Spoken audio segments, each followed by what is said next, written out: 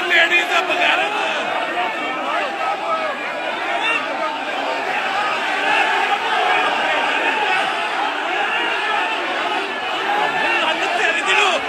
ਤੇਰੀ ਕੜੀ ਭੈਣ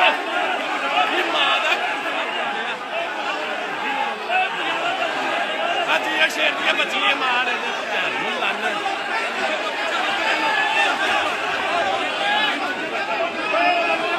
अब लिया अपने घर तेरी भैन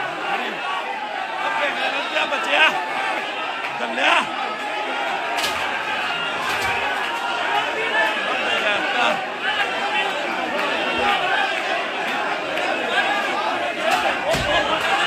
तेरी